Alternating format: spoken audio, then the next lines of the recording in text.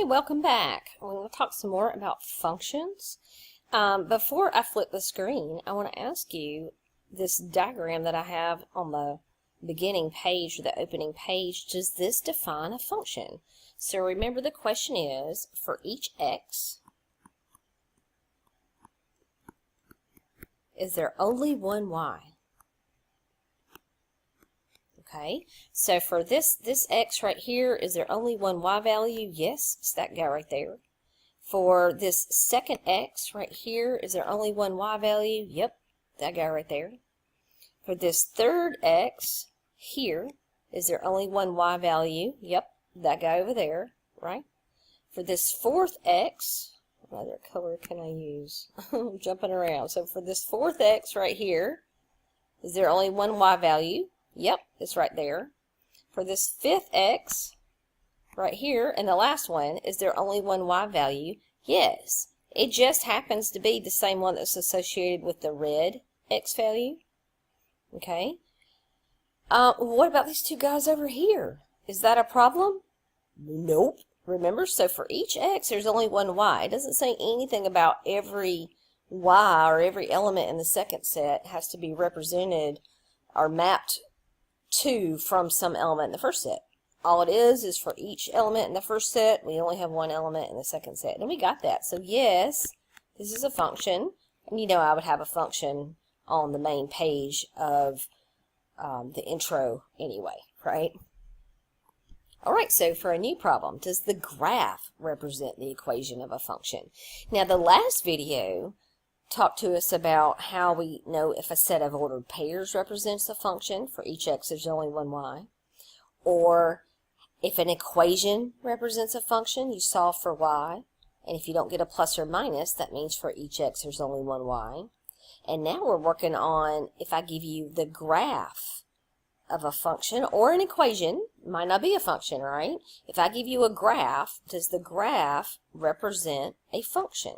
Okay, so remember, again, over to the right, don't forget, for each x, there's only one y. So let's just grab a random x, okay? So what about x equals 5 right here? How many y values do I get? Well, I go right up here, and the y value is 2, okay? But that's only one answer, all right? Or let's look at x equals 0 right here. If I go up and meet the graph, it's right here, and that y value is 3, right?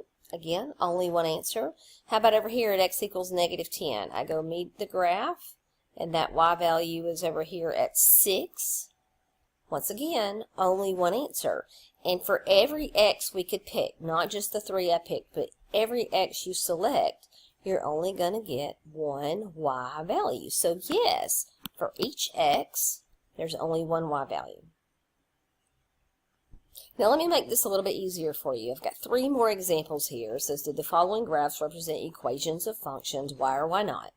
I'm giving you a trick, something called the vertical line test. The vertical line test says if any vertical line intersects the graph more than one time, the graph does not represent the equation of a function. Okay, so what I'm going to do is draw random vertical lines, okay, and see if I could possibly draw one that would intersect the graph more than once. So I draw here, notice that only intersects once, and it's not vertical down here, my bad. If I draw here, it only intersects once. If I draw here, it only intersects once. Now if I draw out here, it doesn't intersect it at all, but that doesn't matter. It means if it intersects more than once, it's bad. Okay, so this one, I don't think you can imagine any other way you could draw this. It's not going to intersect the graph more than once. So the answer is yes. That's a function. For each x, there's only one y. Or it passes the vertical line test. That's another way to explain why or why not. But check this guy out over here. Now, if we draw vertical lines on the left, we're good. But check this out. Right here, if I draw that particular vertical line, it intersects 3 times. So the answer is no here because it fails the vertical line test. I'm abbreviating only because I don't have a lot of space, okay? So you really should write that out, the vertical line test. It fails the vertical line test. And again, anytime a vertical line intersects the graph more than once, it is not a function because for each x, or for a particular x, there's more than one y. So like in this case, for x is equal to, what is that, 1, 2, 3, 4. For x equals 4, I have 3 separate y values. All right, in our third example, I could draw vertical lines on this graph all day long, and it's only going to intersect one time. So the answer is yes, again, because it passes the vertical line test. That's simple. So we know all about whether you're given a relation and how to find out if it defines a function, whether it be a graph, an equation, a set of ordered pairs. Once you know you're dealing with a function, instead of writing the equation as, say, y equals 2x minus 3, now you can write it as f of x equals 2x minus 3. Notice what I said there. I didn't say f times x. That is not what that means. That is read f of x. And this is our brand new function notation. And believe it or not, I know probably when you're looking at this right now, you're thinking, isn't it just easier to write y equals? And sure, in some cases it is, but the farther along you go in math, and even in just a minute, this is easier notation to use. So for example, if I kept this first equation up here in terms of y equals instead of f of x equals, if I wanted you to substitute 2 in for x, I would have to say substitute x equals 2. I could say simplify if x equals 2. There's several ways I could say it, but none of them are short and sweet. But when you see this over here, this f of 2 we've got going on right here, that's exactly what that means. That means remove the x in your particular function and replace that x with 2. So f of 2 is defined to be 2 times 2 minus 3. Then you're supposed to simplify. So 2 times 2 is 4 minus 3. You know, order of operations, we do multiplication before we do subtraction. And 4 minus 3 gives me 1. So f of 2 is equal to my circled value of 1. Now, if I thought about that as an ordered pair, I would know, remember, the x is 2. That's what we replaced for x. And then the y is 1. Okay, so keep in mind, if you had to write as an ordered pair, that's how you would do it. Now, really, all I asked for here was this result. Okay, now f of negative 1. Okay, f of negative 1 is equal to 2 times negative 1 minus 3. Okay, so f is the only function defined as f on this page is 2x minus 3. So all 4 of these problems, I'm just dealing with the function 2x minus 3. 2 times negative 1 is negative 2, subtract 3, which gives me a negative 5. Again, the order of pair would be negative 1, negative 5 if you were asked to do that. F of 0 would be 2 times 0 minus 3. That's going to give me 0 minus 3, which is going to give me negative 3 as my f of 0 value. And finally, I'm going to do this in a different color so we don't lose what's going on. X minus 2, what? Yes, I'm asking you to plug in x minus 2 everywhere there's an x. Okay, so this is going to be f of x minus 2. So literally it means take out the x and replace it with whatever's in the parentheses here. So I'm taking out this x and replacing it with x minus 2. Okay, so there's my x minus 2. And then I just simplify that the best I can. So you have to distribute the 2 inside. So some old algebra steps, 2x minus 4, the minus 3, I'm just bringing it down. I add like terms right here. That gives me 2x minus 7. Now these are not like terms. Okay, so this is an x term, and this is just a constant term. They cannot be combined together, which means f of x minus 2 is equivalent to 2x minus 7. And that's the end of that problem. It's as simplified as that can possibly get. Alright, I've got another version of this question for you. Now I got a new function. G of x equals 2x squared minus x minus 1. Okay, so when I plug in any of these values, I'm plugging this in for every x value. So I will be plugging it in for this x value and this x value. Follow me? Okay, so for g of negative 2, that's going to be 2 times something squared minus something plus 1. Notice I just rewrote the function with parentheses where the x used to live.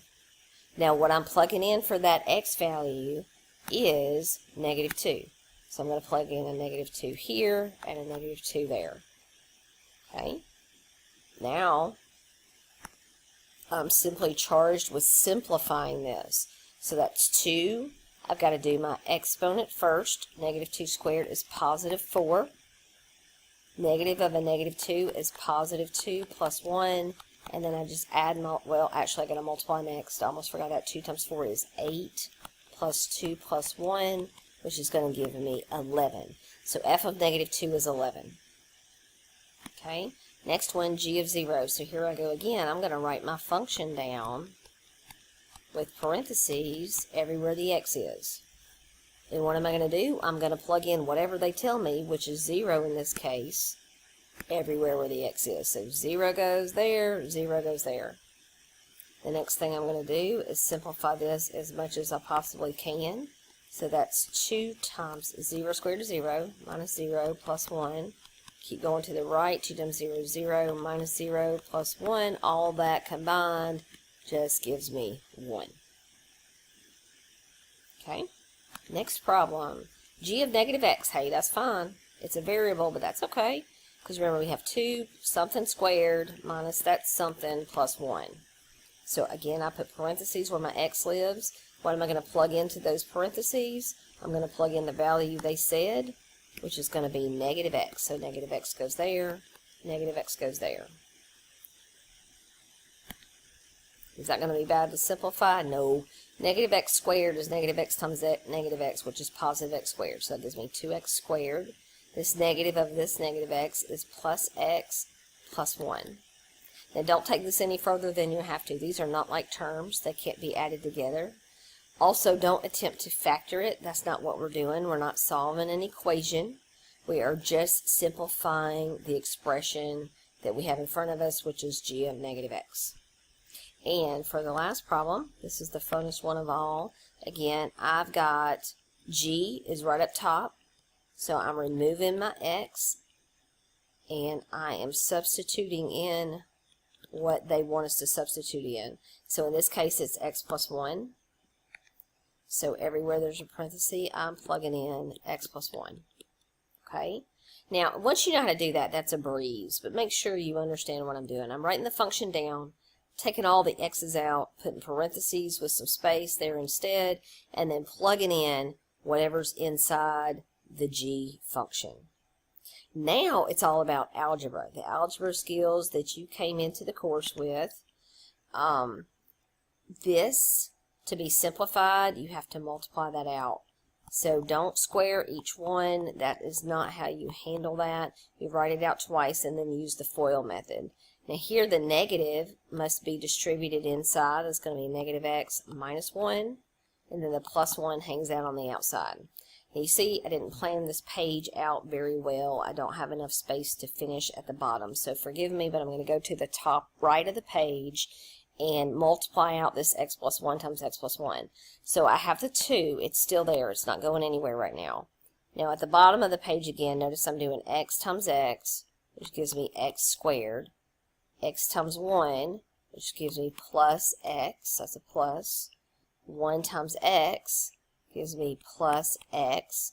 And then finally, the last 1 times 1. So a lot of you know that is the FOIL method. What I'm saying is F-O-I-L, which stands for first, outer, inner, and last. Okay, so you multiply the first ones together, the x and the x, the outer ones together, the x and the 1, the inner ones together, the 1 and the x, and the last 1 and the 1. Okay, and then I've already got negative x minus 1 plus 1 at the end of this. Negative x minus 1, there we go, plus 1. I'm just recopying, okay? Now, I need to distribute this 2 inside, or you go ahead and combine those like terms. Let's do both. I know it's a lot in one step, but we can do this. So 2 times x squared is 2x squared. X plus x is 2x times 2 is 4x. So make sure you catch that. 1x plus 1x is 2x. And then 2 times the 2x is 4x. And then 2 times 1 is 2. That's the distributive property, minus x minus 1 plus 1. Finally, I add what we call like terms. I write down 2x squared because there's not another x squared in the list. But we have a 4x and a minus x. 4x minus 1x is plus 3x. And you have a 2 minus 1 plus 1. Well, 2 minus 1 is 1 plus 1 is back to 2. And that's the final result for the one at the bottom. Alright, I got a new problem for you. We're supposed to identify the domain and range from a graph. Now, if you recall from a few problems back, the domain is the x values. Really, it's the values corresponding to the horizontal axis, which is the independent variable, whereas the range, you're dealing with y values, and it might not always be called y, but it is the values associated with the dependent variable, which is the vertical axis. Okay, now when I ask for a domain and range, this needs to be an interval notation. You're always writing this as a smallest value to a largest value. Sometimes it splits up into more than one piece. You might use parentheses or brackets depending on whether the number is included or not. So a bracket means the value is included, whereas a parenthesis, the value is not included. Okay? Now, it's kind of hard to tell if it's not included. If I were to put this on the test, this would probably have an arrow at the end of it like that. The program that I use to generate my graphs does not put arrows at the end, but I can write them on there myself. So here we go. I'm talking about the domain of this thing. So from left to right, that's another way to think about this. Domain, you're talking about left to right, whereas range, you're talking about low to high. Okay, so let's go back and do the domain. So the domain, the leftmost x value on this graph, notice there's nothing graphed back here. It actually literally begins at -5. We do include the -5. And there's something graphed for all of these x values, and that arrow at the end implies that it goes to the right forever and ever and ever, and forever and ever is infinity, positive infinity. Now the infinity symbol always has a parenthesis living around it because you never actually get to that number. So it wouldn't really make sense to include it because you don't ever get there. Okay, now let's take a look at the range. The range is low to high. So notice down here there is no graph. We don't have a y value represented until we get to right here. That's y equals 0. If you plotted that point, that'd be the point -5, 0. So notice the x is where we started with a -5. The 0 is where we start with the y. That is included. How high does this graph go? It looks like it levels out, but it really just goes and goes and goes and goes and goes and gets higher and higher and higher. It may look kind of slow, but it still gets higher and higher, and that goes to plus infinity. So there's your domain and range from looking at a graph. So get domain x values left to right, range y values low to high. This always must be done in interval notation. So we are to identify the domain and range from this graph. So remember, domain left to right. So domain, you're talking about x values left to right. The leftmost point on this graph, well, look at that arrow. It means it goes to the left forever and ever. Well, living out there is negative infinity. And then there's something covered for all of these x values. You know, down here, right here, right here, right here. Keeps going to the right. Even though it slinks backwards and goes again, all these x values are covered. Where does it stop? It doesn't. So the domain is negative infinity to infinity. Now let's look at the range. So the range is low to high. How low does this graph go? Well, it looks like there's nothing down here, but really there is, y'all. This just gets lower and lower and lower. That arrow means it's going to the left and down forever. So even though it doesn't look like it goes that low to negative infinity, it does. And then as you work your way up the y-axis, there's a y value for all of these on the graph. How high does it go? Well, look, that doesn't turn flat completely. It keeps steadily growing and growing and growing. However slow, it goes higher and higher and higher. Where does it stop? It doesn't. So both of those are negative infinity to infinity. This one, again, is left to right, whereas the range is low to high. Okay? Infinities always have the parentheses around it. All right, so the last problem that I want to talk about in this part 2 of the video, is find the domain, the range, and I've got a few extra problems. F of -1, f of 0, all x such that f of x equals to 0, and all x such that f of x is greater than or equal to 0. So one thing at a time, remember domain's x values. Now what I should have done before I started is I should have put arrows on the end of this, so you realize that it doesn't just stop there, it goes on forever. Domain left to right. Well, notice this is going to the left and up forever in both directions. This is going to the right and up forever in both directions, which means the domain is -infinity to infinity. Again, that's left to right. We've got everything covered. No holes in between. We've got this. Range, low to high, on the other hand, does not go from -infinity to infinity. There's nothing graphed down here until you get to -9. Now, the -9 is included. How high does it go? Well, it goes to infinity. Okay. So I hope you're getting that. Again, domain left to right and range low to high. Now, a lot of people get hung up and want to go left to right just from here to here. I'm not talking about just on the x-axis. I'm talking about what x values have been plugged in to get this. Like x equals -5 has been plugged in to get that. X equals 4 has been plugged in to get that value right there. You see what I mean? So you're talking about, is that x been plugged in on the graph to give you a point? Now, this gets interesting. Next question, I'm asking you, I'm going to erase my extra stuff here. Those arrows still live there. Arrow. Okay. F of -1. Okay, so what I need you to do is go to, remember that's an x value. Remember this notation is always f of x. So at x equals -1, you got to find it. It's right here, and it's really tiny.